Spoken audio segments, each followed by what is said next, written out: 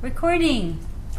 All right. On behalf of the historical dance and play produced by produced by the New York Baroque Dance Company, I would like to welcome all of you to Teachers Through Time, shedding light on 7 of the most important first-generation teachers in the early dance movement in the U.S. from 1960 to 1980.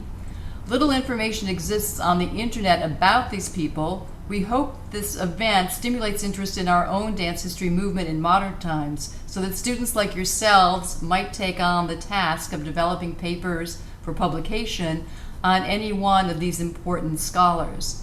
In the future, we hope to develop a podcast platform or perhaps more Zoom events to include artists we're not able to cover today, such as Harriet Berg, who started the company of Madame Cadillac Dance Theater in Motown, or Detroit, as she likes to say, and also Angene Maud, who began a Renaissance dance ensemble in 1971-72 in the Twin Cities. In our event tonight, the task of each speaker is to share their own story of working with a featured teacher. We are fortunate that 2 of the 7 first generation are with us today, and they will give us their first-hand accounts of this exciting time and will describe what led them into their own groundbreaking direction. In the interest of time, please refer to your digital handouts and schedule to find the bios of the presenters and links to each teacher. Please enter into the chat any questions you may have, and we will answer them at the end of the presentations. We will begin our survey with Talitha MacKenzie and her story of working with Julia Sutton. Talitha. Thank you. Thank you. And now we're looking for Talitha. Yeah, and just There she is. Oh, she's here. there. And Play from current slide or yes, play from start, I suppose. right. Here we go. So Julia Sutton, yes, I met her in 1977 when I began work at the New England Conservatory of Music. It's going to take a little while. Let me see if I can budge this along for the titles to come out.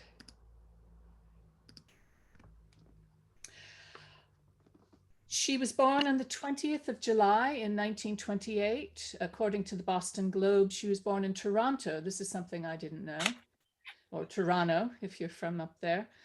Grew up in New York. Her mother taught classical piano and her father taught literature theater. So she had a well-rounded education before she even left the home.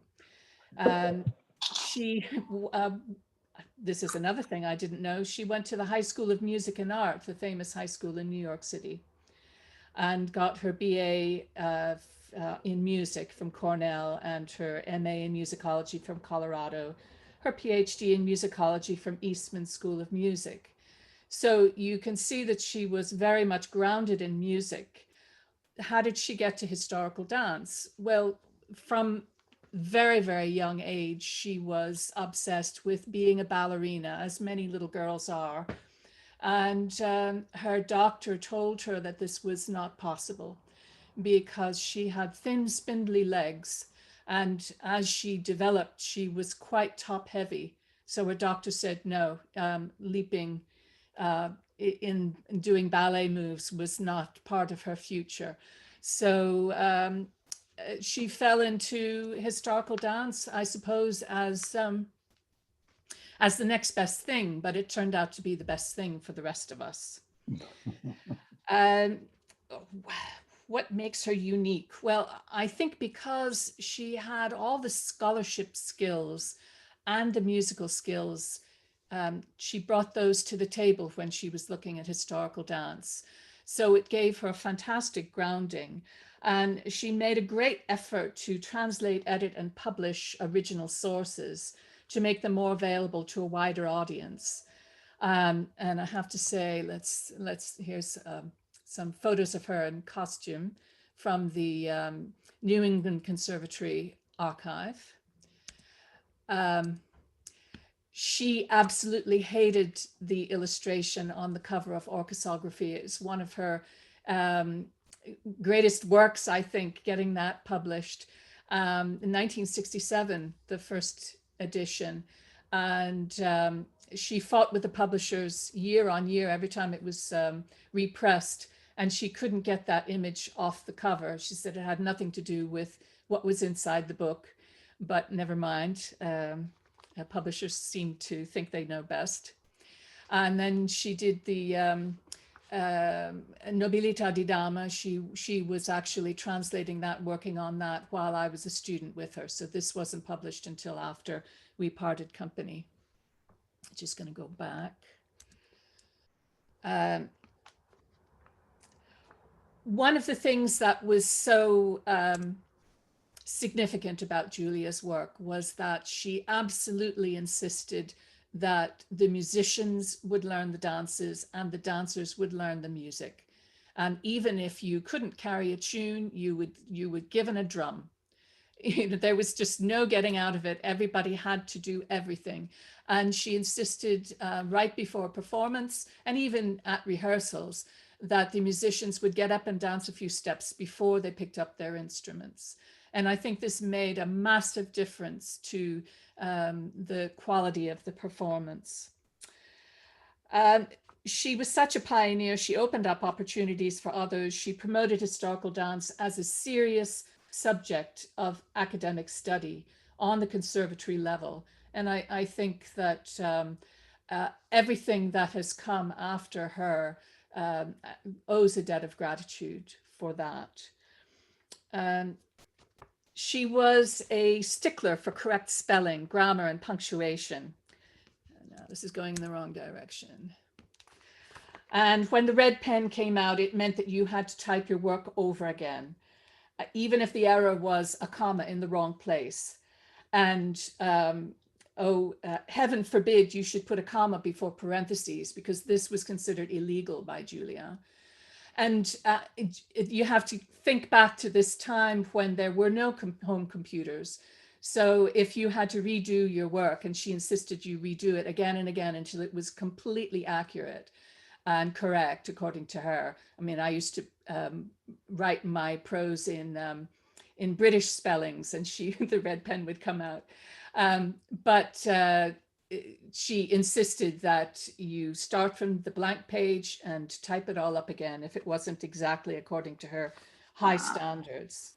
I took courses in research and bibliography from her, and I owe her a debt of gratitude that she was an absolute stickler for things being according to academic standard. And I was able then to pass all of these things on to my own students. She was also really not obsessed, but she was consistent about always giving everybody their due and making sure that names were spelled correctly and that people were credited with what they had done. And I remember her taking to task one of the students who had come from the jazz department, and he was doing a presentation for her, and he said, there was a man named Corelli who wrote this piece, such and such. And she said, stop right there. She chastised him. She said, you never use the expression a man named or a man called or woman named. She said, this sends out the signal that the person is somehow lower, not famous enough to be well known. So she said, if you think that somebody doesn't know who Corelli is, then you'd say, the Baroque composer Corelli made this work in such and such a year. She said, you never use the term a man called. She said, you would never say a man named Bach. So, you know, you use that as your touchstone. You never knew what to expect in her classes. Well, I should just say, because you might not have had time to read the what's written here. She founded the music history department at the New England Conservatory of Music, and I actually graduated in ethnomusicology, which was a subsection of the music history department. So she was one of my main tutors. She brought the early music specialist Anne Hallmark to the NEC faculty. And Anne Hallmark, if you had not heard of her, she was a fantastic scholar, specialist in early music. And I was very grateful to her for teaching me medieval and Renaissance notation, which gave me a good start in learning how to decipher original sources when it came to dance reconstruction. And of course, Julia was the director of Collegium Terpsichore. And some of the dance productions that she did after I left the conservatory were An Entertainment for Elizabeth and the Renaissance Revisited and Descent of Rhythm and Harmony, the Intermedio. So here are her books. And this is the only video that I have found of her. And it's not of her dancing, it's of her group at the time. And I have to say, she did things slightly differently with this group than she did with us, but that was par for the course with Julia. You never knew what to expect when you came into the room for dance class, because she had the terrible habit of carrying on her reconstruction and interpretation. She would teach us one way to do something, and then she would change how she thought about it. And the next class, she would assume that we already knew what the conclusion she had come to. And if we didn't second guess her and do it the new way straight off, she would fly into a fury. She says, why are you not doing such and such? And you daren't say, oh, because last week you taught us this other way, because that would just light the blue touch paper. So we learned very quickly that just to learn and relearn and keep learning with her was the way to go, and just to expect changes even at the last minute. But you know, it's part of what made working with her exciting, but it was also part of what led her to be nicknamed the Dragon Lady. So although we do love our dragons. So here are some images of Collegium Terpsichore in one of its earlier iterations. And you can see that although her doctor said springing up and down on the floor was not for her, you could see that she did master that in the galliard. And some of her Baroque work, 1983, this would have been the year after I left. Just leave on that slide. So how did she affect my work and my life? One of the things that I really appreciate, and I think now that I know that her father was a teacher of theatrical literature, it makes so much sense. She just had an instinctive way of putting things on stage and making them seem real, not like an elevated performance. And one of the things that we had to do was to create a murmur in the crowd by saying random names of vegetables like rhubarb, aubergine. And so that gave the audience the feeling that they were just eavesdropping on something that was happening at court. So that was something that I've brought into my own theatrical staging. And the other thing that she said that really changed my direction was just a throwaway line in one of her classes, where I mentioned the fact that I had gone to a class at RSCDS, the Royal Scottish Country Dance Society. And she said, "What? That is synthetic dance. That's not real traditional dance." And that kind of opened up a can of worms for me, which ended up in my moving to Scotland and studying traditional dance here, and meeting my husband at the School of Scottish Studies. So yes, massive changes in my life came from just one throwaway line. Talitha, sorry to interrupt you, but we're coming past the end of 10 minutes. So if you could please. Right. Thank you. Okay, yes. So here is the living proof of my using what she taught and applying it. And also her holistic approach to music and dance being on an equal level has led to the project that Jennifer Meller and I have been working on, music and dance in an online database.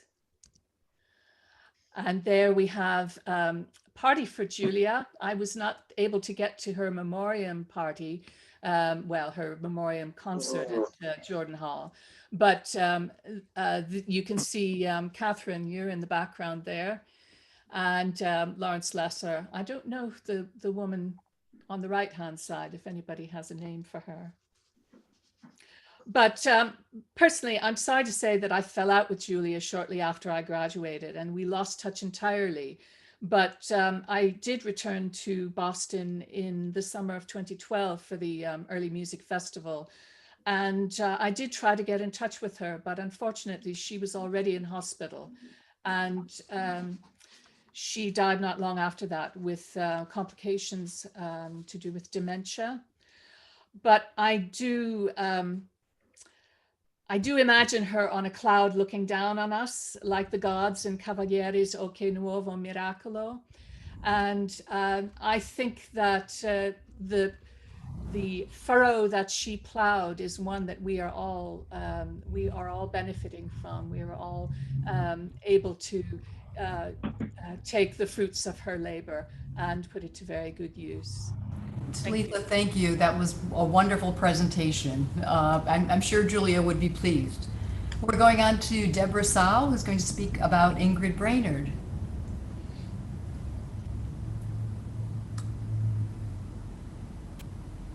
Okay, sharing my screen. Can you see it? Not yet. Not yet. Can you see that?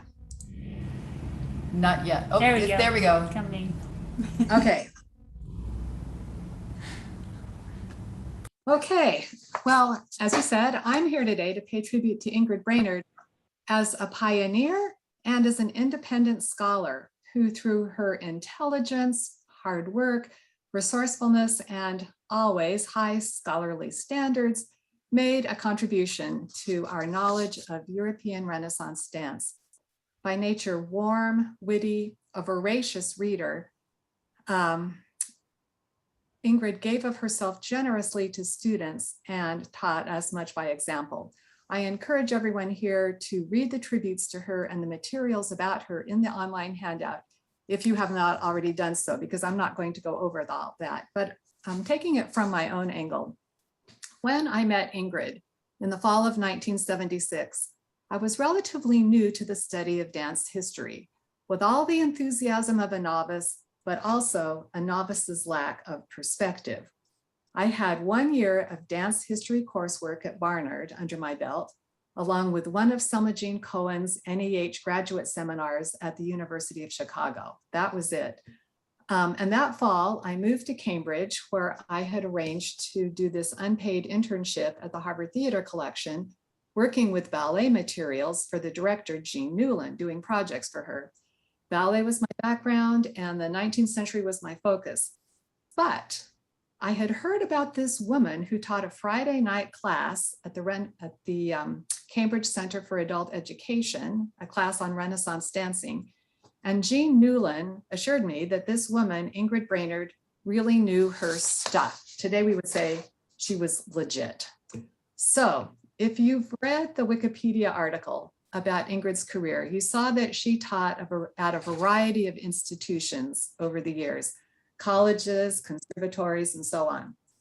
When I knew her, Ingrid was basically an independent scholar piecing together opportunities to teach, lecture, publish, direct, and perform. And the Cambridge Center for Adult Education, as unglamorous as that may sound, was actually very useful to her.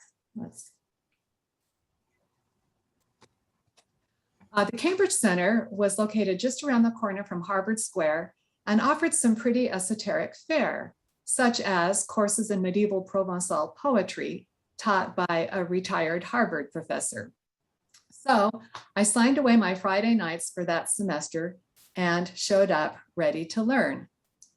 Ingrid's classes began not with plies, but with head rolls and a series of stretches working through the body and the feet, as we all stood in a circle.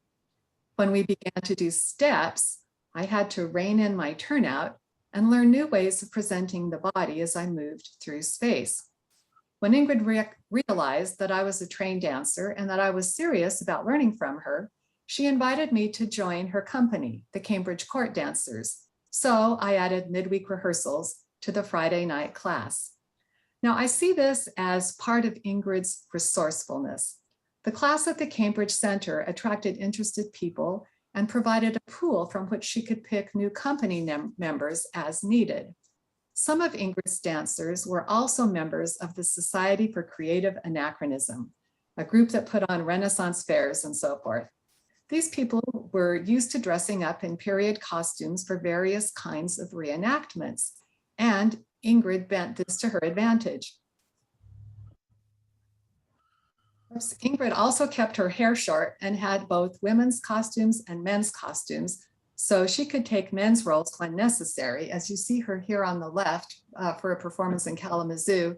And so she just did whatever she needed to do so that the show could go on, as you might say.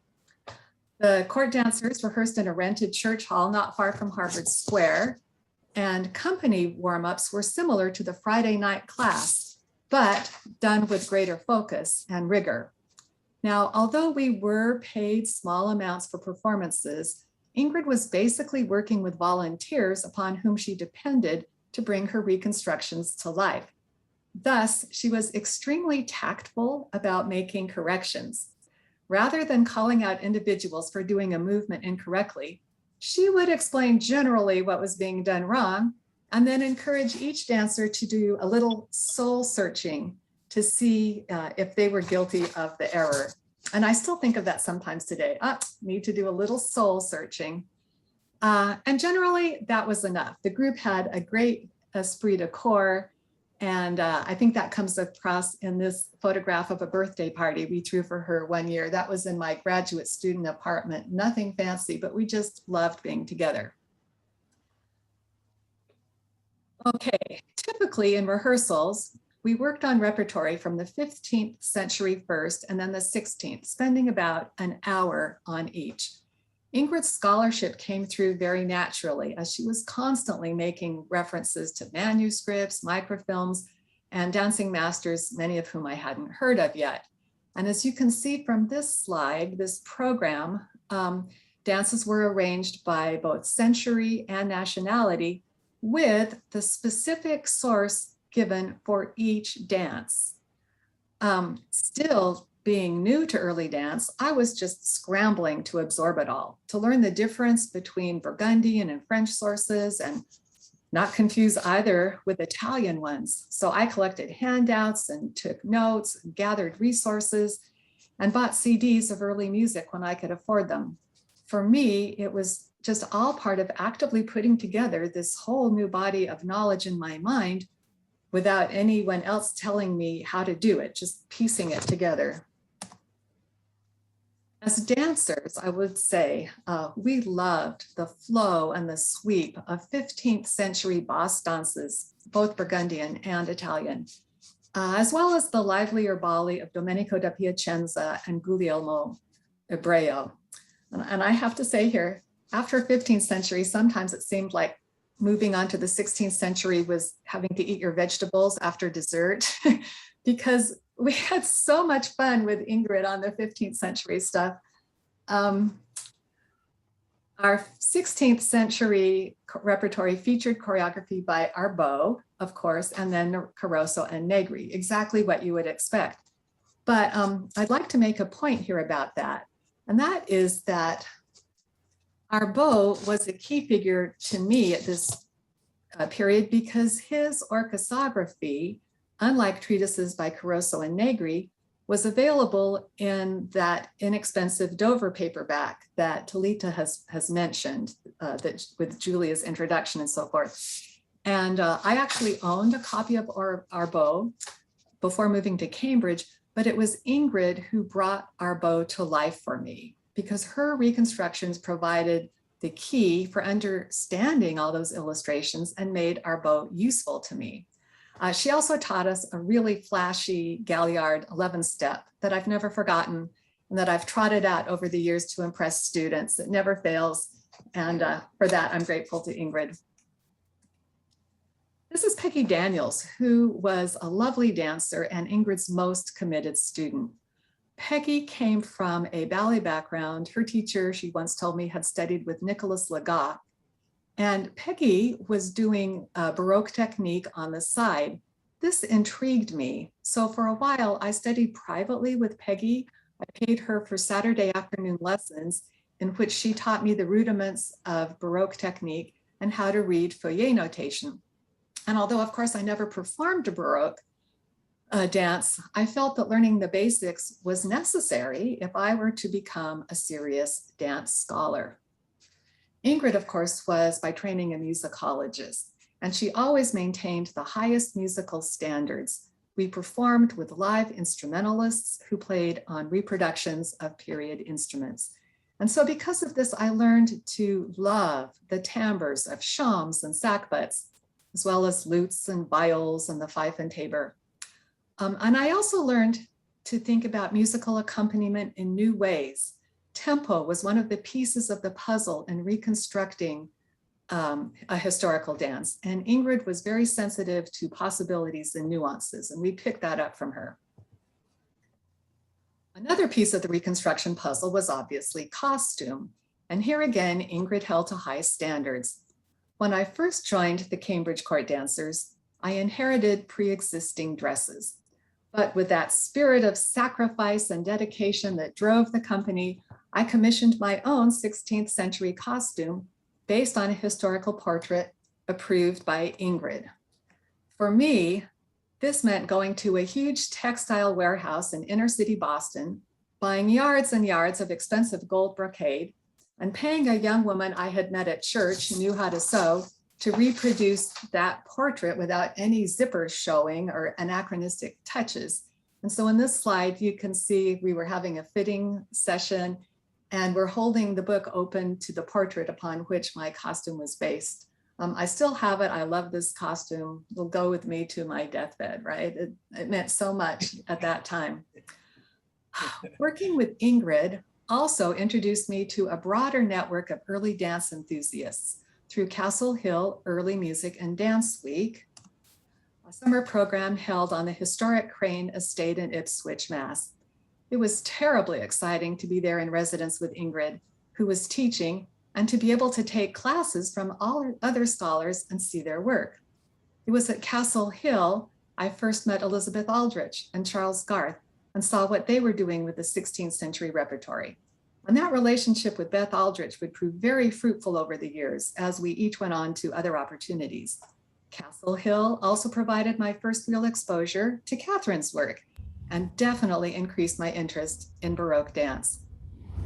I never saw Ingrid happier than when she was surrounded by those who shared her passions, whether at Castle Hill or Kalamazoo, Michigan, where she was a fixture at the annual meetings of the International Congress on Medieval Studies. We were used to performing on college campuses within driving distance, but being flown to Kalamazoo was perhaps the apex of my experience with the Cambridge Court Dancers. In closing, I was only in Cambridge 3 years, but dancing with Ingrid did much to broaden my understanding of dance history, if only in what we would now qualify as the white European court tradition. The long-term result in my case was that as a dance scholar, later in positions of responsibility or influence, such as being on the board of SDHS or planning conferences, I felt connected to and committed to the interests of scholars working in early dance. And of course, when teaching history courses, I had a foundation of knowledge and personal experience upon which to draw, all of which I owed to Ingrid Brainard. Thank you. Thank you very much, Debra. That was wonderful. We're now looking forward to hearing from Carol Teten, who is going to speak about Angene Feves. And Carol, we're ready. Okay, are we? I'm gonna go ahead and pin you. I pinned? Yes.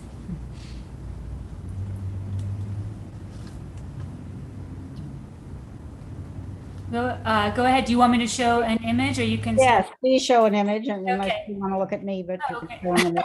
Okay. Okay, great. Oh, fabulous, wonderful. So I'm going to talk about Angene from two points of view. One, Angene as a historian, and the other is Angene as a person. And I'm going to start with Angene was one of the most eccentric individuals I've ever known, which made her a fascinating individual.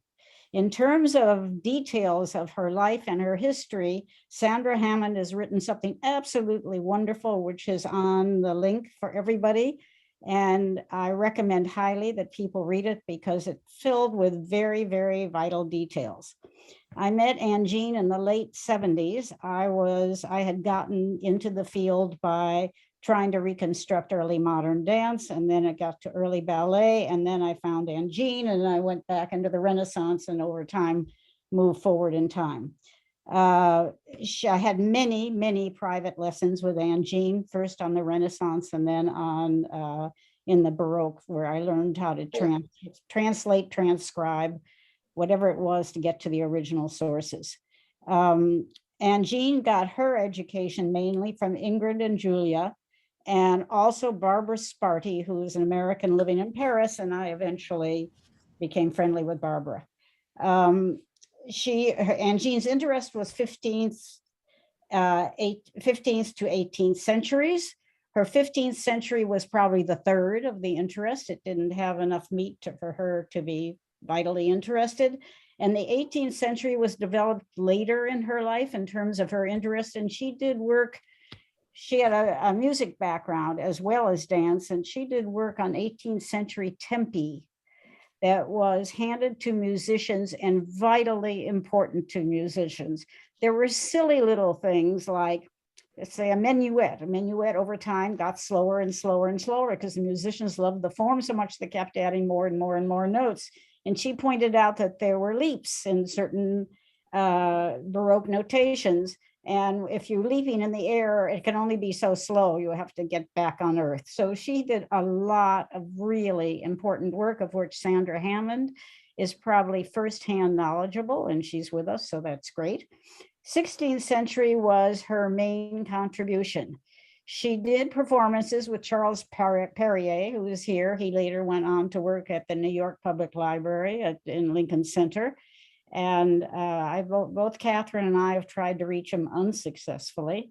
And they were a pair, an artistic pair for many years. And when Angene died, Charles was in charge of her book. She had original 16th century books that were worth a lot of money. And I believe that she bequeathed her papers, books, everything to Pleasant Hill Library, which is where she lived. And she was very, the world be damned. I live in Pleasant Hill. If people want to know about me, they'll come to Pleasant Hill. But I believe that Charles had put some things in the New York Public Library, which is where her work belongs, in my personal humble opinion. I want to talk about, she did something in the 16th century. I mean, beside teaching here and there and these wonderful performances, which they always interlinked with conversation. It wasn't just dance. It was like the whole gestalt of the lifestyle that they exposed. And they had a wonderful comic rapport, which added extra taste. I'd like to talk about what I think is her main contribution that I just thought was spectacular and so under-advertised. Can you go to Allegrezza d'Amore?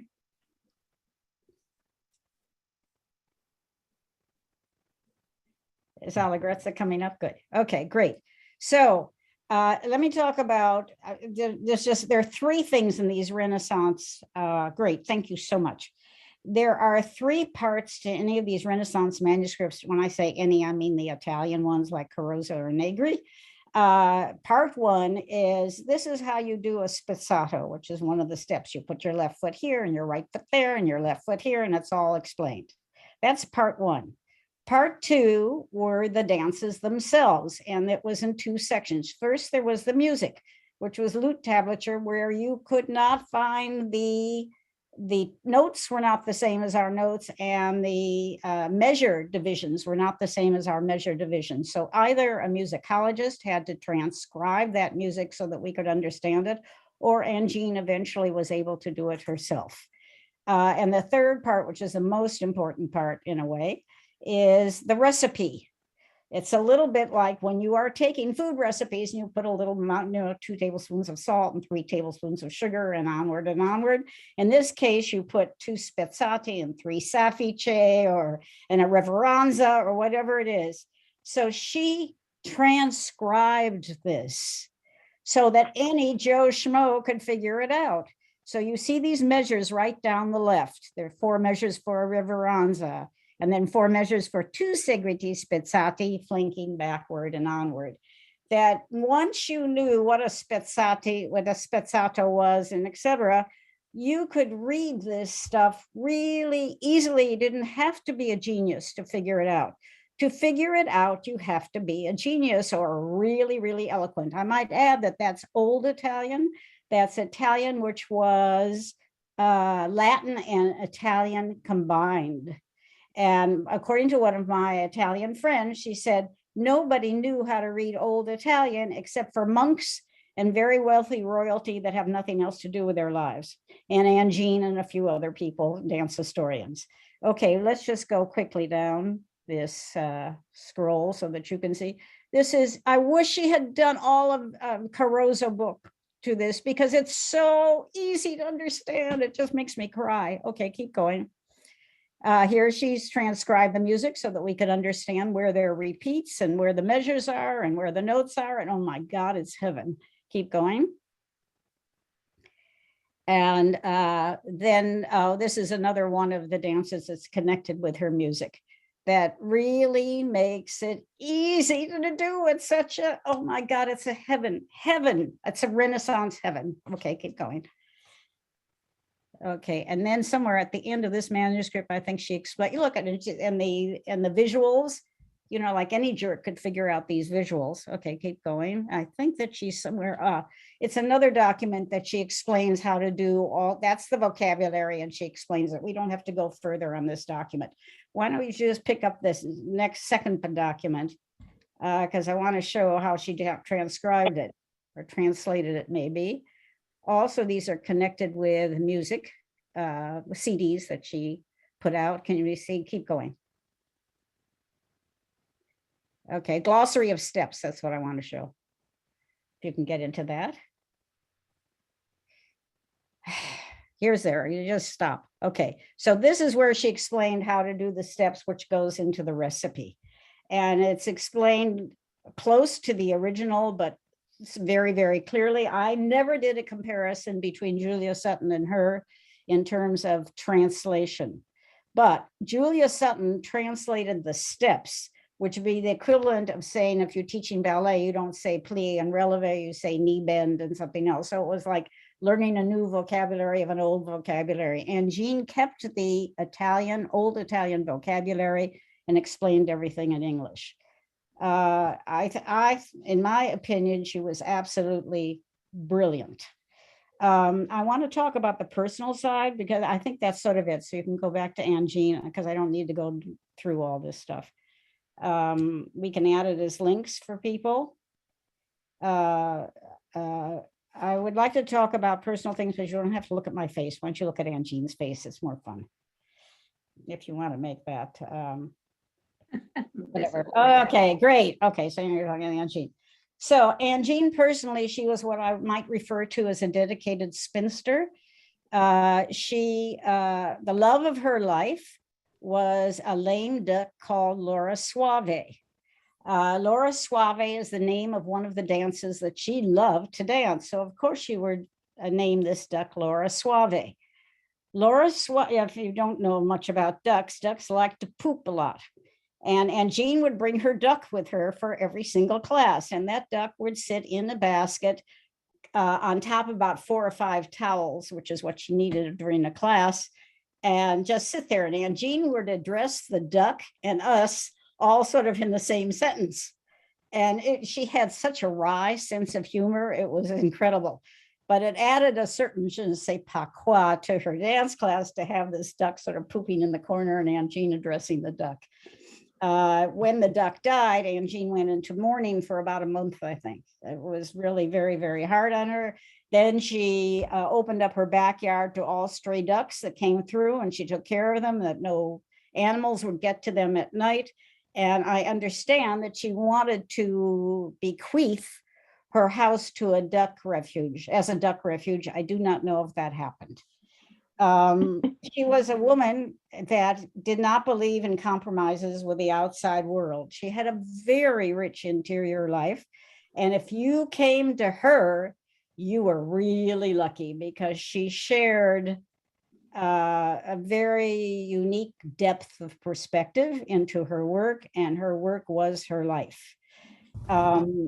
As she got older and she was called upon less, she was very upset that more of the world did not appreciate her, but she wasn't an outreach person. So if somebody like from Stanford would say, please come teach for us, she'd end up saying, well, it's not enough money and it's not worth me leaving Pleasant Hill. And so it didn't happen.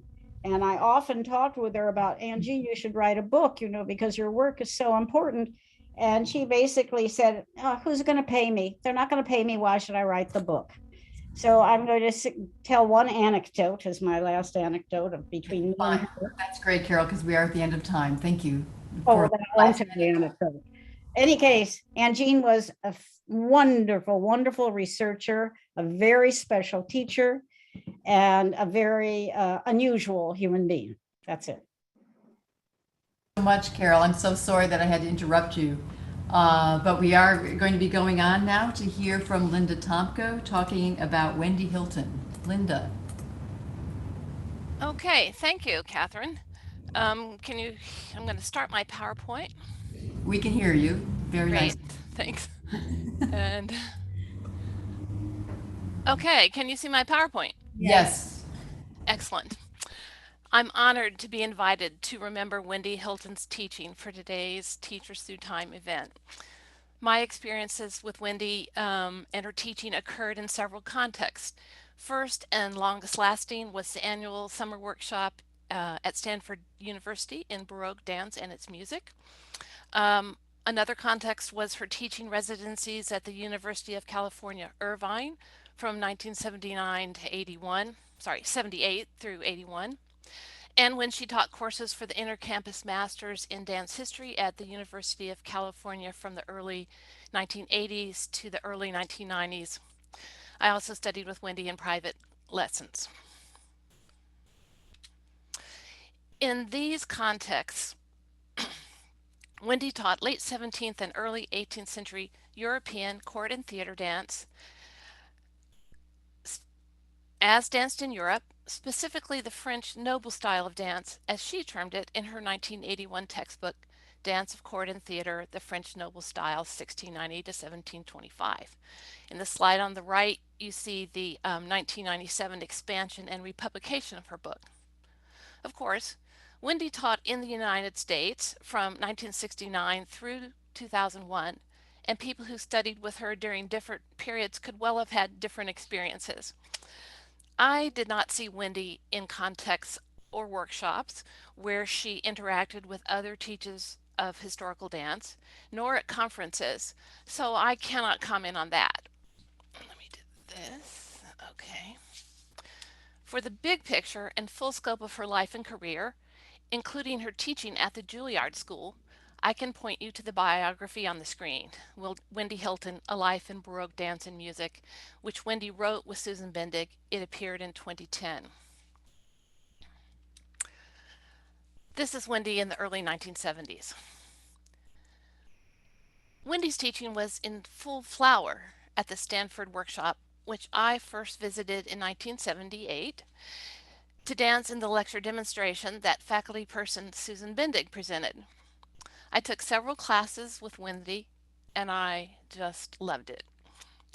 I returned to the workshop every summer after that, first as a dancer student, later as a faculty member, and still later co-director with Wendy.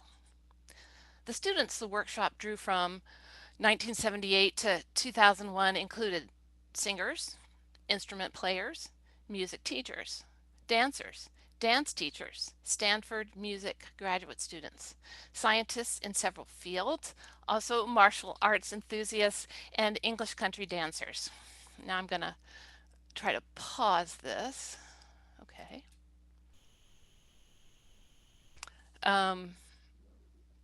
I thought you would be seeing me, but it says my screen sharing is paused. Okay. What I first and most noticed about Wendy's teaching was the way she phrased the musical strains in the dance sequences she devised for us in technique class, in terms of the accents and stresses in the movement and the music, the points of arrival, sometimes the holding back, the surge and flow of movement and music together. I came to realize that this attention to phrasing was informed by the bearing or carriage that dancers needed to body forth. A kind of noble stance was required. Wendy modeled that in her teaching and demonstrations. Students worked to discover how to physicalize that.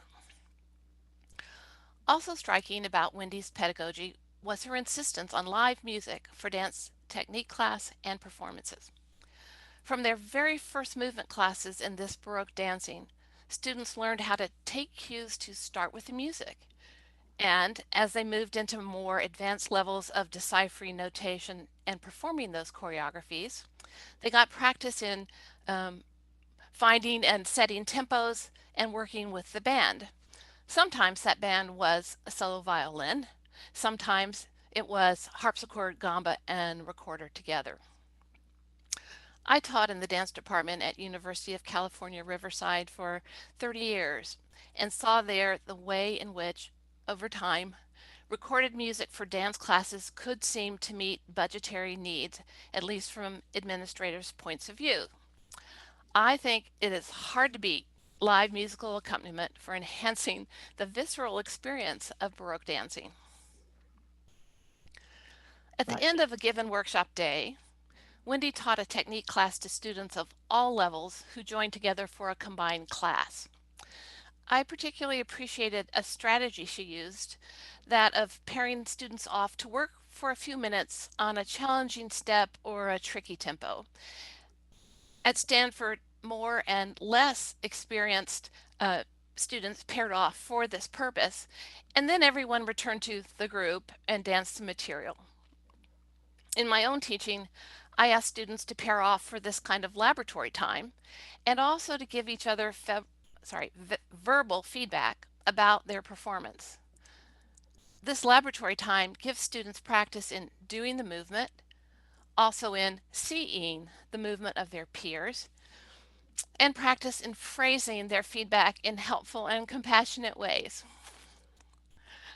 I like the agency that this promotes for students, and I found it works equally well in classes comprised solely of dancers, for classes that combine, say, biology and psychology and English major students, and also for community classes.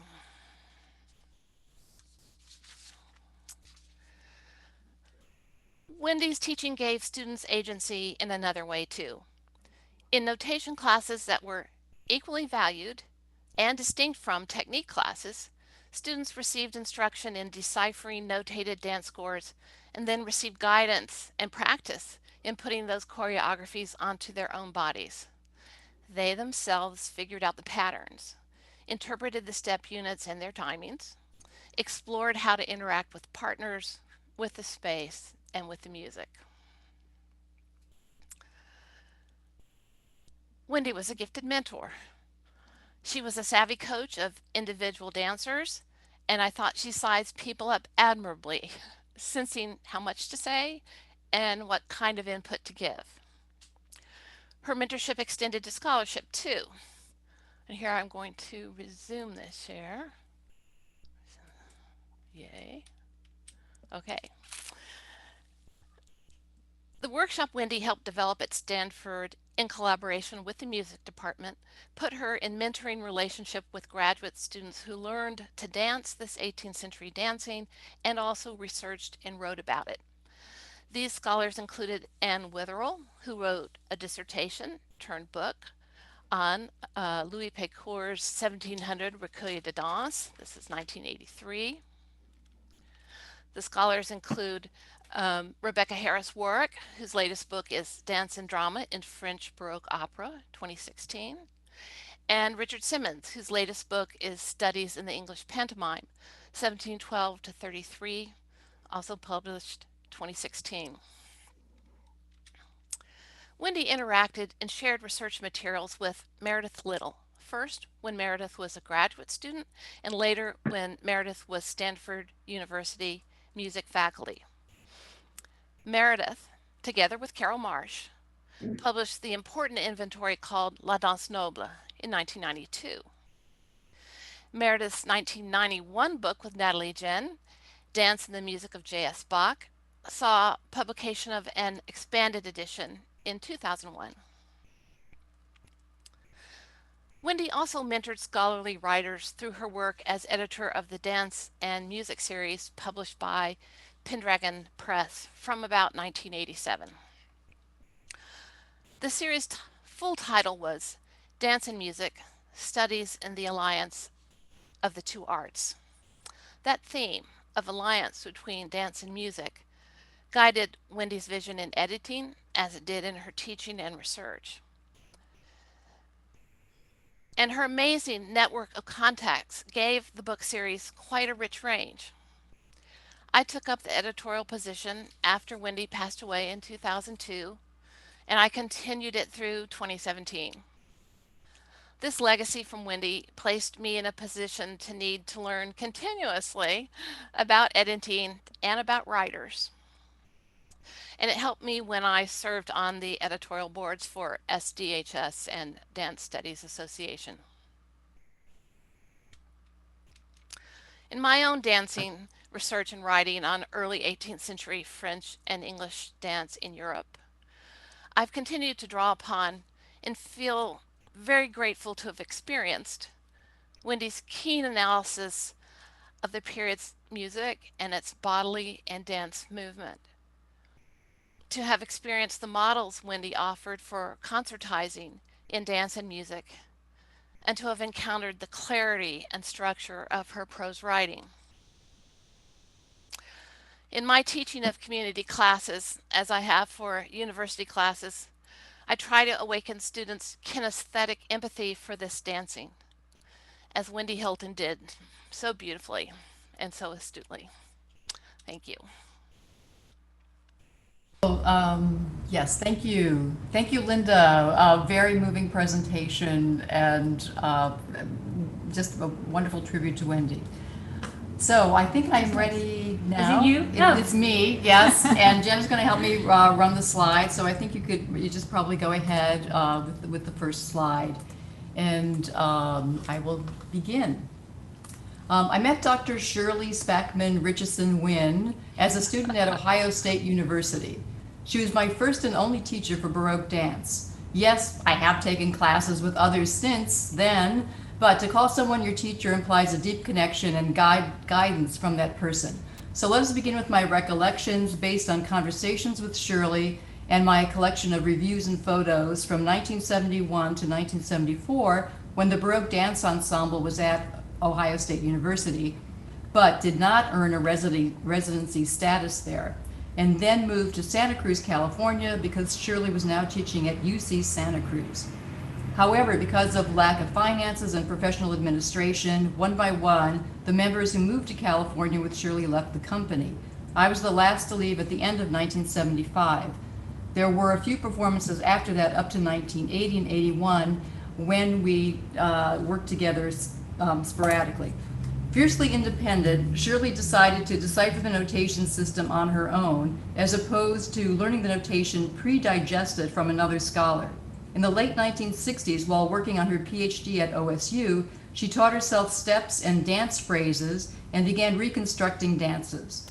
Although Lucy Venable is not mentioned in the acknowledgments of Shirley's dissertation at OSU, being an expert in lava notation effort shape, Lucy Venable offered Shirley her experience of facing the challenges of both writing a dance score and in reconstructing from a dance score. Venable had been notating dances of Doris Humphrey and Lava notation and brought a sharp vision to the task of working with any notation system. She also stressed the importance of working within the social and philosophical context of the period when translating an abstract notation and taking it to the stage. In addition, Angelica Gerbus was also getting her PhD at OSU and working on an English translation of Gottfried Taubert's treatise from 1717. I cannot say Angelica and Shirley worked together, but they certainly shared their findings. Shirley's investigations into style included French, English, and German treatises. Shirley was interested in expressive movement and theater, as seen in the works of Martha Graham, Doris Humphrey, Jose Limon, and Anna Sokolow. This love of dramatic expression influenced her recreations of Baroque theatrical dance. She was a choreographer and stage director. She also knew how to create costumes, and we did have many sewing bees in her home, listening to early music recordings and eating dinner together when the work was done. Her first opera ballet was Jean-Philippe Rameau's Pygmalion in 1969, with dancers from OSU. This took place at Harvard with conductor Alan Curtis and may have been the first staging in America. I came later to the scene in 1971 in my sophomore year at OSU, and I became one of the youngest members of the ensemble upon the recommendations of Ruth Currier, a former soloist with the Humphrey Limon Company and my composition teacher. After being called the Rococo Dance Ensemble, or the Court and Country Dance Theater, the group finally settled on a name, the Baroque Dance Ensemble, and it was soon incorporated as a professional dance company in the 1973-74 performance season. Here's a photo of the ensemble from 1972. Sue Wander and Rick Fenwick are in the foreground as shepherds and shepherd. As shepherdess and shepherd, sorry. Elaine Biaggi-Turner, Laurel Porro, and Ellen Perdikas are dressed as graces in the second row. Holly Longfellow and I are in the last row as minor shepherdesses. Next slide. These are the conductors that Shirley worked with. Her main collaborator was Alan Curtis, working at UC Berkeley. They eventually married and later divorced. James Weaver worked with her at the Smithsonian Institution, and Albert Fuller from the Juilliard School in New York City collaborated on several operas with her.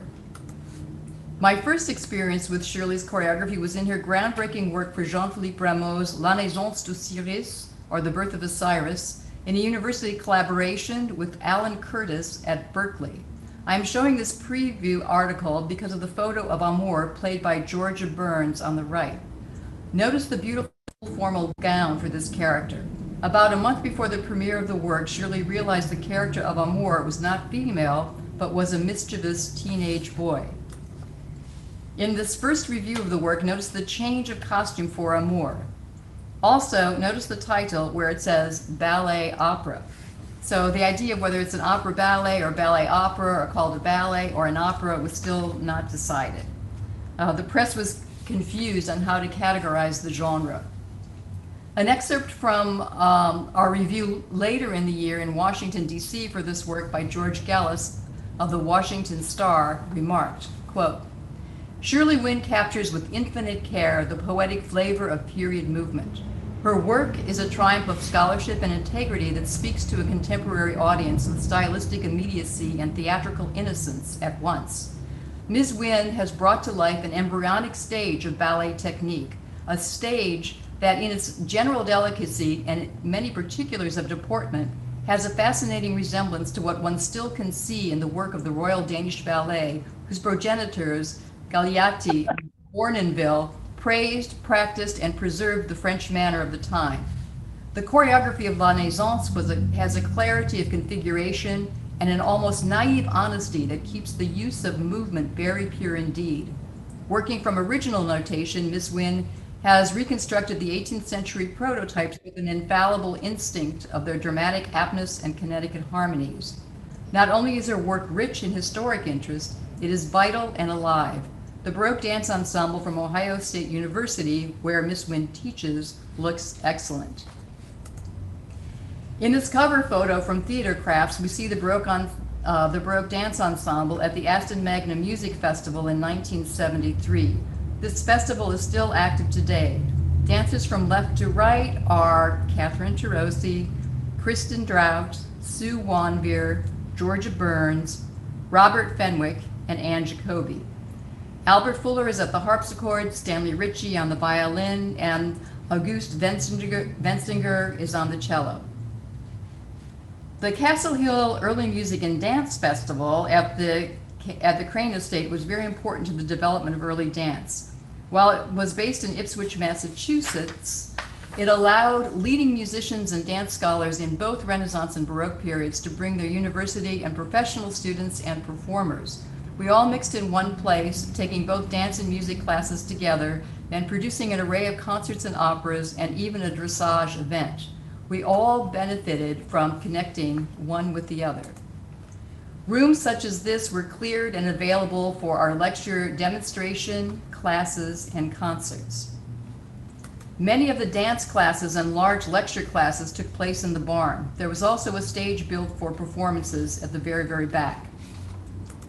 The Italian garden on the estate was another outdoor venue, and here you see dancers who worked with Shirley, Rick Fenwick and Anne Jacoby, who later co-founded the New York Baroque Dance Company with me in 1976, and Charles Garth, who later teamed up with Elizabeth Aldrich to form the Court Dance Company of New York, and I danced with this company and so did Anne. The duet La Coupisse was one of Shirley's celebrated choreographies. A quote from George Gallis in the Washington Star in 1974 describes my debut in the work.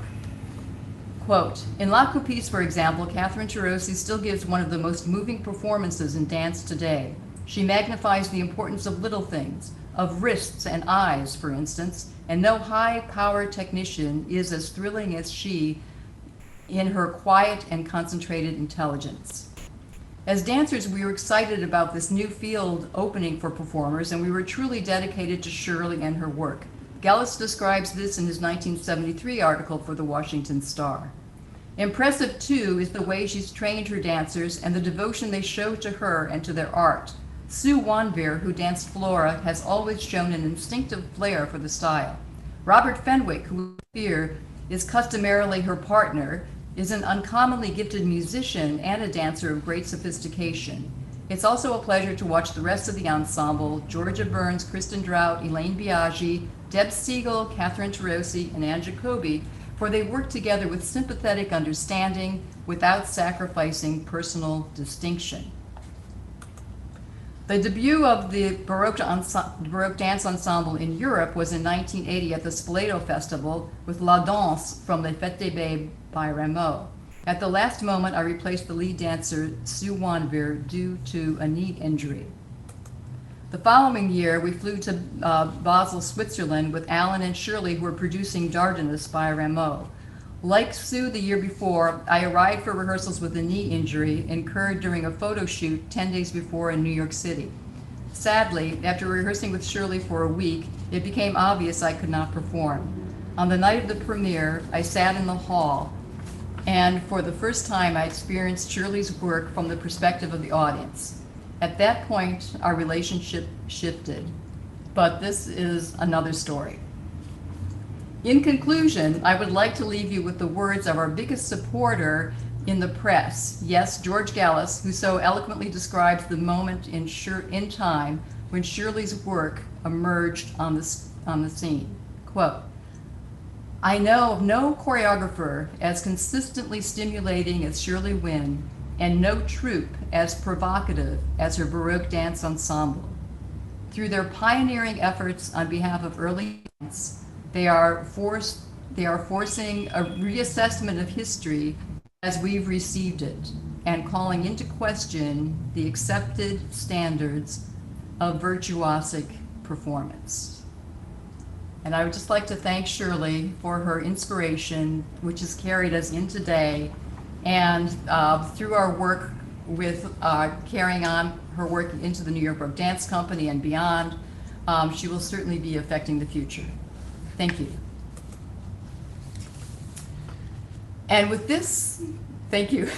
And with this, we are now ready for Sandra Hammond. Sandra, can you please tell us about your work? We're looking Was for she Sandra. able to- Okay, Sandra was did connect. Oh, she is there here. She is. Um, Okay, is it just her? Can you unmute her? no, she doesn't look, okay, wait, here, I'm gonna ask. Ask to. I've sent him an ask to unmute Sandra. We'll give her a couple of moments to possibly sort it out.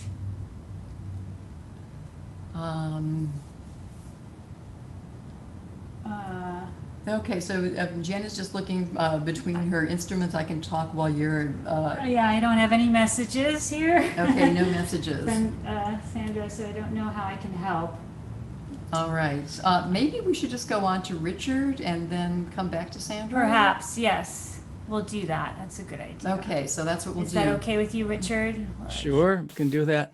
Okay, fantastic. Thank you. So Richard, please give us Going to your presentation. remove my spot. All right, so let me do a couple steps of sharing a screen.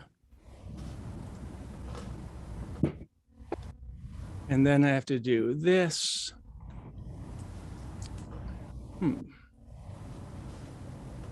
Is that working so far? We see you and we hear you. Okay. So I represent the second generation of American dance historians, and Catherine invited me to participate in today's presentation to include the fields of 19th century and early 20th century historical dance. So thank you, Catherine.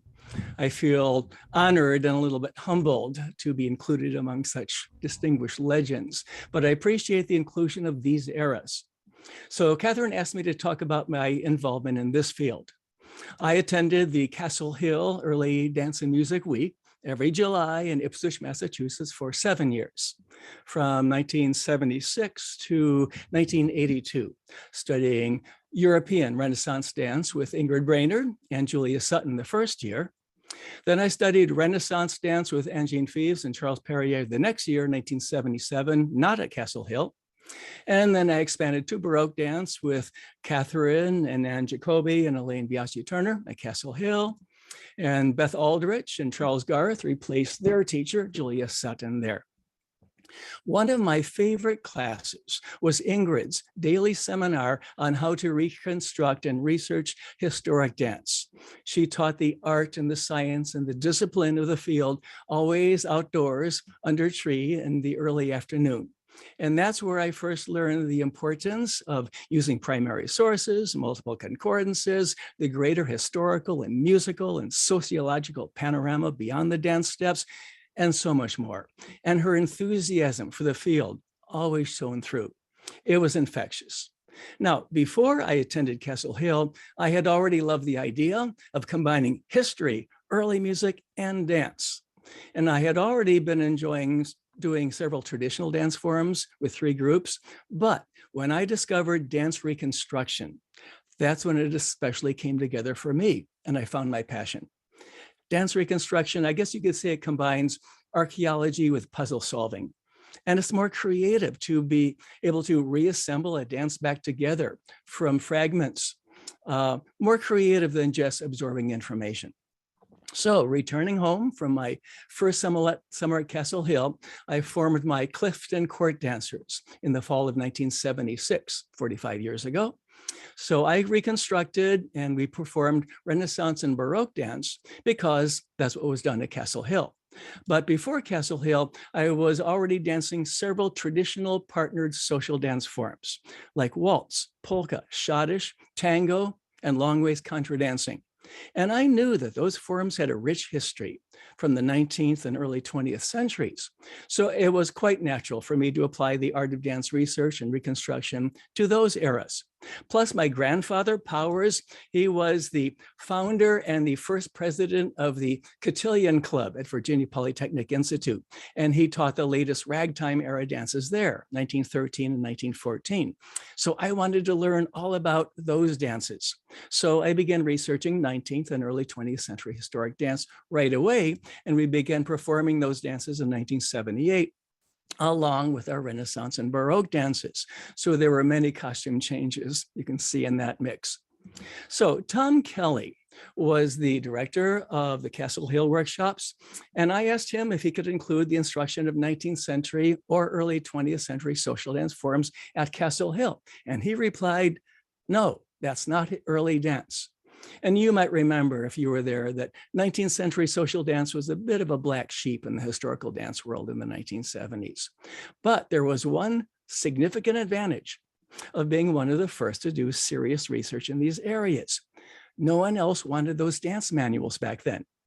So I always drove to Castle Hill every summer. And one summer I stopped by Lenox, Massachusetts on the way home. And I found a wonderful antiquarian bookstore there, specializing in the performing arts. It was run by a sweet young couple, John and Jude Lubrano. It's quite likely that many of you know J&J Lubrano, as they are now at the top of the antiquarian music and dance market, but this was more than 40 years ago. So I asked them if they had any old dance manuals, and they were so happy to hear that question. Yes, they had shelves of those dance manuals, which no one had ever wanted, and they were very happy to finally get rid of them. So I literally cleared the shelves and filled the back of my car with Solarius, Durang, Blazis, a Playford, and many more. They didn't cost much back then. And that began my current collection of 2,600 dance manuals. Now, in the 1970s, historic dance was either writing papers or performing on stage or at events for an audience. And it had been that way since the 1920s. So we performed historic dances because that's what historic dance was at that time. It was performative. But following Ingrid Brainard's inspiration to research the entire social context of these dances, I knew something was missing. 19th century and early 20th century social dances were not performative. Oppositely, it was considered uncouth to draw attention to yourself at a ball. Your focus at a ball was enhancing the pleasure of your dance partners and the assembled company. The focus was on quite wonderful social dynamics and spontaneous interplay. Dance as play, the theme of our workshop here. And back in the 1970s, performances only simulated the social interactions of historical dance for an audience, rehearsed and performed. So I thought that actual spontaneous social dance interactions at a real ball with real improvised dancing would be a step closer to authenticity. So I started putting on period recreations of balls in 1980 with the Fall Ball and the Snow Ball in Cincinnati. Then I began monthly balls with my Flying Cloud Academy of Vintage Dance, and that was 1981. I also formed the 10-piece Fleeting Moments Waltz and Quickstep Orchestra to play live music for the balls. By the way, our pianist there, right at the left, was Stephen Flaherty, who went on to write the Tony Award-winning Broadway musical Ragtime, and that he said that was inspired by his years with the Fleeting Moments Orchestra. And I also designed and printed accurate reproductions of ball cards. You could still get the tiny pencils and dozens of colors of silk cords back then, not anymore. The ball decorations were period appropriate in a historic ballroom. Each monthly ball had a different theme, not repeated for the 11 years that I directed them until I left Cincinnati to teach at Stanford University in 1992. So these monthly balls and my weekly vintage dance classes, that expanded participation from my small dance company to hundreds of new historic dance enthusiasts. But I also continued a performing company, which was now the Flying Cloud Troupe, specializing in 19th and 20th century dance. So it's important to spread the word about historical dance in several ways. So we performed across the country at the Smithsonian Institute, that's here, in communist Russia, and in 3 films. I'm in the foreground, and that's Patrick Swayze toward the right. And then interest in 19th century and early 20th social dance forums really took off when I started the annual Vintage Dance Weeks in Cincinnati in 1983. I invited Beth Aldrich and Charles Garth to join me in teaching the first year. That's Beth in the center. Charles is over there in blue. Joan Walton was introduced to historical dance then when she attended that dance week. And then I learned of Carol Teten and Jim Morrison and Desmond Strobel's work in this field, invited them to teach in 1984, and they continued. and along with another 25 teachers from the US, Canada, and Europe in the subsequent years. Next summer will be the 40th anniversary Vintage Dance Week in Cincinnati. And then that inspired other annual workshops in 19th century and early 20th century social dance across the country and around the world. So one of my missions in all of this has been expanding the awareness of historic dance and the enthusiasm for it. I wanted others to discover how wonderful it is. And I wanted to convey a sense of connection between the dancers in those eras. I taught the technique, but also connection. That's how a dance feels, not just how it looks. And over the past 4 decades, I've been happy with the growth of historic dance in the world. So I teach a lot overseas, especially in France, Italy, and Japan, but I've been very busy teaching in Russia for the past decade. I've taught 22 week-long historical dance workshops in Russia in 15 trips there, and I've directed or attended 46 recreations of historical balls in Russia. This is the Regency era ball in Kirov. Historical dance is a young movement there, with an average age of the mid-20s and the early 30s. Dance historians in the rest of the world tend to be a little bit older, and it's huge, with more than 6,000 historical dancers in over 100 different historical dance groups in Russia, which I believe is more than all of the other countries combined. My one regret is that although I know enough French, Italian, and Japanese to teach in those languages, I find Russian to be really difficult. So I will end my presentation here with that personal failure. Oh my God. Well, Richard, you're very humble. We will expect you to speak Russian for the next workshop. Oh, goodness. But thank you very much. That was great. great. And that's exactly why I wanted you to speak today. I think we have Sandra on the phone. Can you get us there? Yeah, Sandra, Okay. do you want to try clicking that, well, she's actually, her audio is okay. coming through the phone here. Clicking that microphone with the red line, touching it with your finger until the red line goes away. I did get an email from her saying, I tried, I thought she almost had it, then oh, those tricky haptics. I'm not sure what's happening. Okay, we may, Sandra will get together next week, and we'll have a conversation, and we'll record it. We'll do a I'll recording of the share it. presentation. Yeah, Yeah. Have exactly. her call you on your cell phone and see if you could do it from your cell phone. Can you call her from your cell phone? To be honest, how would that work? How would that work? If she called you on your cell phone and you put the cell phone by your computer, we would hear her as if she's on the Zoom. Well, we could try that. It sounds like it would be horrible.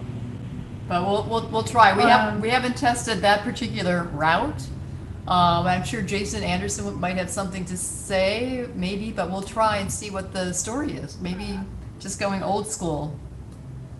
It's worth a shot if the speaker's loud enough, but we'll see. Okay. What was the phone for her, Carol? 833 Oh my God. 2450? At least one of her phones are listed as unmuted right now. Yes, I see that, but we're not. I think she's unmuted on Zoom, but not on her phone, at least from. Oh, here it is. 7. But she's on here twice, which is bizarre. 828. Okay. All right. Okay, we're calling right now. Thank you for trying. Thank you. Thank you, Linda. Hi, Sandra. Yay! You're almost hearing. I'm going to put you on speaker. Unfortunately, we're not seeing your face. Well, I've done everything I can think of. I'm unmuted. I don't know what to do. Well, how is everyone hearing her? Okay, can we? We want to hear from you, and we've got a lot of thumbs ups. Can you hear me? Yes. Yes. Well, shall I plunge on? Yes. Yeah. Let's do it. Well, I'm really showing my age. You know, I just didn't grow up with this stuff. but here goes. Well, my introduction to historical dance performance occurred in Mexico City in the winter spring of 1976-77. And it was at a performance by Alan Stark's group called All Join In, which is something that we were just hearing about. Very, very lovely thing. And their guest artist that evening was Ingrid Brainard. I was just, can you still hear me okay? Yes, Yes. thanks. Yes. Okay. I was just mesmerized by her elegance and style and in full regalia. So afterward, I went down and introduced myself, and I said, I'd love to study with you. And she said, oh, my dear, I fly back to Boston tomorrow, but there's Alan. You must study with Alan. And so I did. Every week, up in his second floor flat downtown Mexico City, along with his company, I practiced 16th century Italian dances, 17th century English country dances, and 18th century French Baroque dances, all taught in Spanish, of course. And I thought I was in dance heaven. Well, back in the U.S., I discovered that Wendy Hilton was teaching this summer course at Stanford. So, of course, I enrolled in that. She had us take off our shoes and dance barefoot. She put me in the most advanced class and then told me, you're too balletic. I'm sure I was. With the shoes off, I probably was pointing my feet too much and so on. But Wendy was mostly teaching from social dance treatises of the time, early 18th century. And I was really wanting to explore the theatrical possibilities of that technique, which I was able to do soon thereafter with Angene Feves at Cazadero Baroque Music and Dance Camp. I'd gone to see a performance by Angene and Charles Perrier, loved it, and said, I'd love to study with you. And that's when she said, go come to Cazadero. So I did for several years. But I was trained in ballet, and I thought there must be a connection between this beautiful 18th century Baroque dance and romantic ballet. You know, how do we get from the Baroque to Giselle, for instance? Well, I was told, well, there's no connection. Those are totally different techniques, and you just can't be connected. Well, I thought that's just not how dance works, certainly how ballet technique works. And I figured 18th century theatrical dance was early ballet. A teacher teaches what that they were taught. It's handed down, monkey see, monkey do. So I wanted to find the connection. I wanted to fill the gap, mind the gap, as they say in London, when you see that space between the platform and the moving train in the underground. So I wanted to mind that gap, but there were no mentors for me. There were no classes to take, no place for advice. So I began to do my own research, and I started with what I could find at the time, which was Edward Alcock Taylor's Letters on Dancing, which he published in London, first in 1831. And I loved it. I thought this makes a lot of sense, and because especially he was detailing quite well, I thought, what Carlo Blasi's had only hinted at in his book of the same time, also published in London. So I went off to Barnard College in New York City to the Dance History Scholars Conference to give a presentation on this book by Taylor. I had a costume made for me based on drawings in Blasi's, because I wanted to look as much like Blasi's as I could, but to talk about another book. I didn't realize you didn't usually give scholarly papers in costume, but I did. Well, actually, a lot of hands went up after that, because Bournonville had just published his memoirs, and it had been translated into English, and he had made fun of Taylor.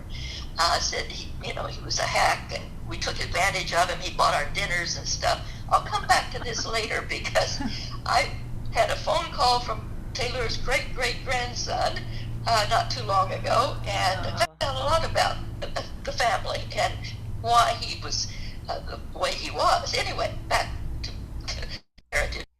I continued my research into this gap period at the Paris Opera Library with the help of my dear friend and colleague Regine Astier, who had done decades of research there. She and I were going to present some things at a conference at the Sorbonne, 18th century things. But Regine said, would you like to go over to the library? And I said, of course. And so she arranged for me to receive right there to look at some French manuscripts that I'd heard about, these little teaching notebooks by Michel Saint-Léon, the father of Arthur Saint-Léon, choreographer of Coppelia later, okay? Well, these little notebooks were started in 1829, went on for about a decade, and I was thrilled. And I tell you, I just opened one by random, and it was the Gavotte de Vestris, with written out choreography and the music, and that was going to be my presentation the next day at the Sorbonne, but I was basing it on Taylor's Gavotte. What do I say? Notation. He had notated the dance. So now I had two sources from the same period. Nothing like getting a second opinion right away.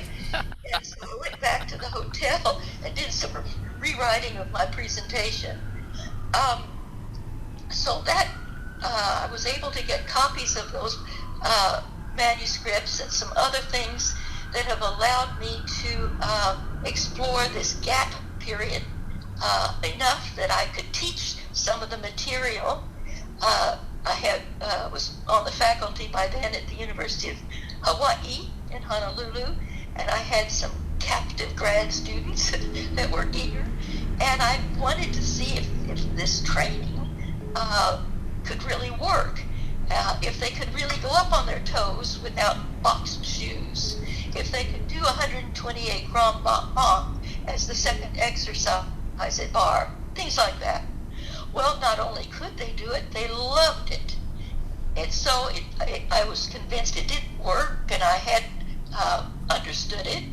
But I also realized, too, that it was not only connecting me to the 18th century Baroque dance, but also to my own training in ballet in the Cicchetti technique that I had studied at Juilliard with Margaret Krask, who had studied with Cicchetti in London, and later with my Cicchetti work with Dolores Mitrovic, who had studied with Cicchetti in Milan.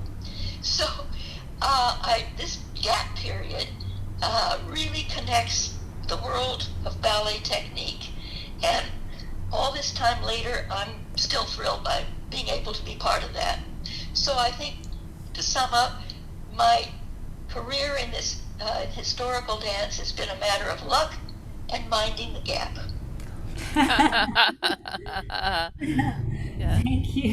Sandra, thank you so much. That was very charming and also so inspiring. I'm glad that we were able to get you on the phone. Thank you. Yes. Well, it's better than to see me. I look better now that I have to be masked everywhere. So. Oh. Anyway, thank you all. It's been a lovely day. Thank you. Thank you everyone for your presentations, and we did promise to have some time for questions. I believe we were going to be monitoring the chat. Do we see anything in the chat which we could present as to start our questions? Probably, I do see, while we're looking, I do see Lisa Fusilla. Would you like to ask your question, please? I don't have a question. I have a comment. I want to say, Sandra, I was there. It's all true. You were in costume. And I was a novice at that SDHS conference. Oh my God.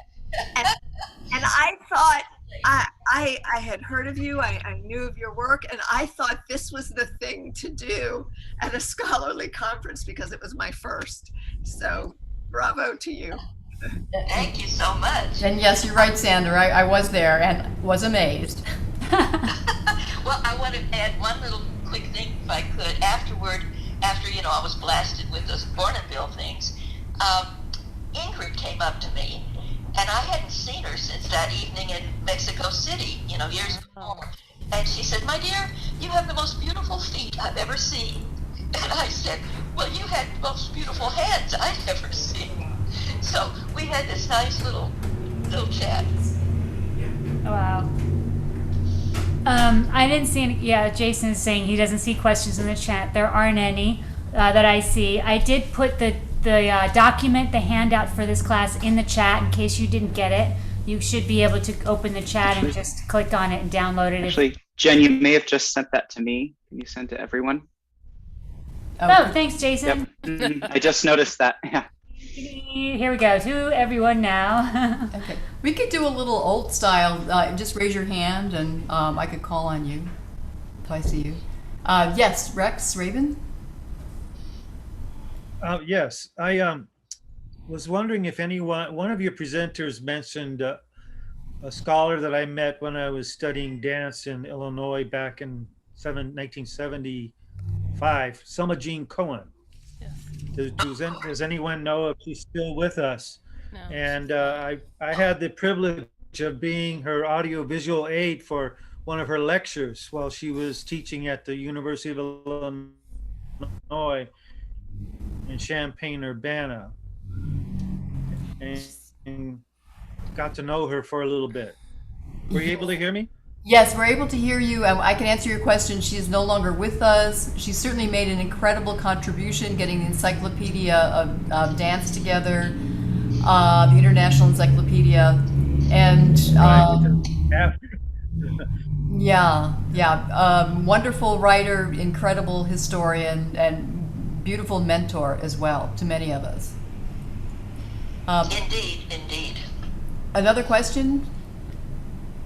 Talitha asks if we've seen the Nathaniel Gow Quadrille Gavatine that's based on the Vestris dance. I think that's for Sandra, maybe. I didn't hear the question. I'm sorry. Talitha, shall I ask it? Yes.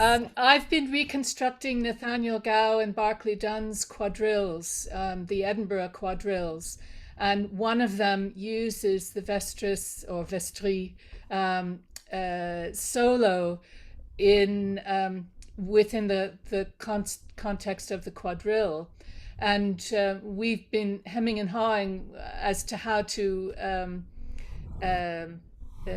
bring it to life, because the version of the the trio is the most has the most information about it, but this is for just two people. So I just wondered if you had any knowledge of it, and if so, I would be quite interested in your opinion on the reconstruction of it. We've done something, but I'm not satisfied that it's really the best solution. Well, I'm not sure I do either. There is a trio version of the Gavotte. So we're looking for a duo version. Duo. Well, that's in Taylor. That's in Michel Saint Leon, like I mentioned.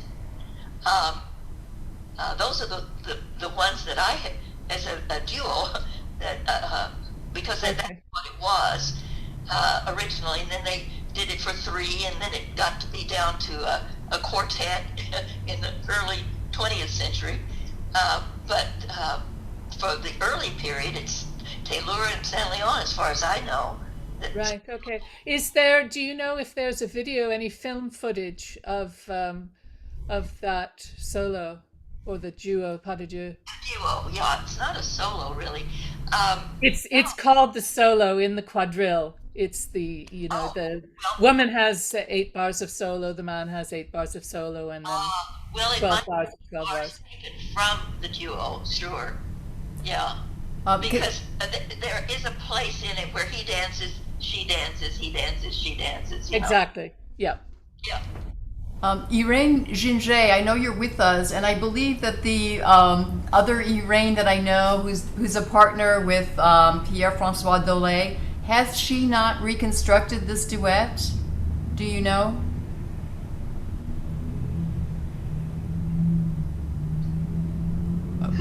Are you talking to me? Oh, no, I'm asking. There, yes, you have to. You don't know. Oh, okay, I will look into that and I'll get back to you, Talitha. Thank you, Elaine. Thank you. Yes, you can ask her. Next question. Raise your hand so I can see you. Just wave it a little bit. Okay. We are over time now. Okay, well, last question then from Mariel McEwen. Hi, Mariel. She's done a lot of videos for our historical dance at play and our also Santa Barbara workshops. And we are delighted to have you with us, Mariel. What's your question? Oh, you have to unmute. Unmute.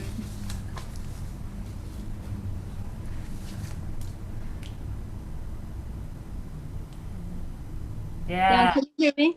Yes. Oh, I just wanted to say that I think that on the Baroque channel that we have, there is a recording of Sandra's reconstruction of the Vestris Gavotte and I can't remember. I know there was 3 people, but I think maybe she tried it with 2. But I know there's a recording in that for that year that Sandra taught it. Hi, Mariel. Yeah. Sandra, I wish I could see you. I know. Yes, that is correct. There are several things by Sandra, and I do believe that link is in the links that we sent in our linking list. But I can send that to Talitha again. We do not have the duet version, but we'll investigate that. And I think if I find it online, I will just share that with everybody, the duet. Mm-hmm. May I just add something? Yes. I just want to say, Mariel, thank you, because it was her costume that she'd made that I used for that demonstration at Barnard that I mentioned. Well, when you mentioned it, I thought, oh my God, did I make that one? You sure did. I have to say it was one of the easier toga type costumes I've ever made. I still have it. Oh. Oh my gosh, I can't believe I see you all. How nice. Yes. Well, this has been a wonderful session. I'm so reluctant to bring it to an end. However, if anyone wants to email us, if you have a question that comes up, we would be happy to direct it towards the correct person to find an answer. And again, Jen and I are so happy to be together and so happy to be doing our hybrid workshop. And we look forward to joining you all tomorrow morning for a warm-up by Jen, learning the Tordion and other things from me, and fulfilling our obligations according to the schedule, but having a great time at the same time. Okay. Thank you so much. Thank you, presenters. Thank you. To everyone. Amazing. Thank you.